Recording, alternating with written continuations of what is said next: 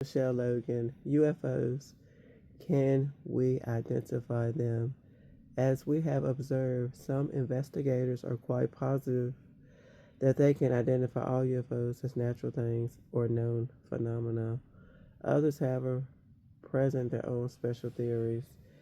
It was while the Condon report and the subject of UFOs was still a matter of public concern that Awake provided a review of the subject along with a discussion of some of the more spectacular cases. Awake reached the conclusion that the great majority of all UFO reports have their origin in the same kind of things that Project Blue Book, an early government study, named planets, airplanes, balloons, meteorites, mirages.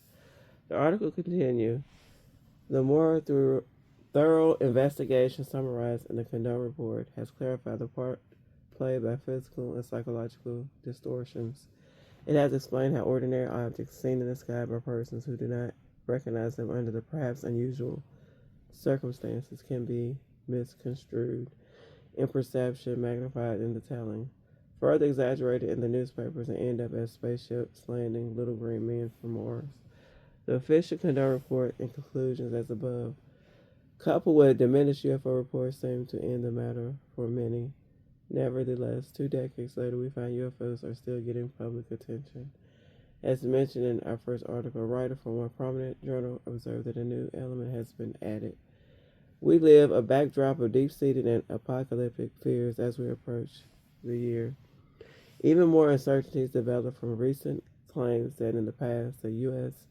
and even other governments may have ignored or covered up some evidence of UFOs. The author of a 1988 publication took advantage of the Freedom of Information Act established in 1966 in the U.S., together with sources in other countries, to gather information that, according to him, proves beyond doubt that there has been a monumental cover-up of the UFO subject. Above, Top Secret by Timothy Good.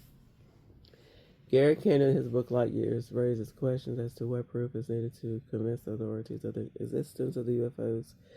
He notes that one observer asks, what constitutes proofs of UFOs? Does the UFOs have to land at the river entrance to the Pentagon near the Joint Chiefs of Staff offices, or is it proof when a ground radar station detects a UFO, sends a jet to intercept it? The jet pilot sees it and locks on with his radar, only to have the UFO streak away at a phenomenal speed.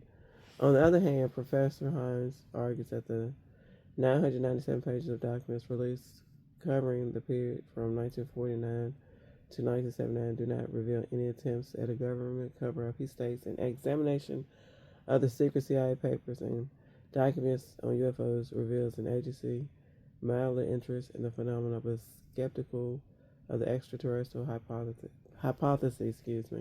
These documents also contradicts the oft-repeated claims of a government cover-up of the truth about UFOs.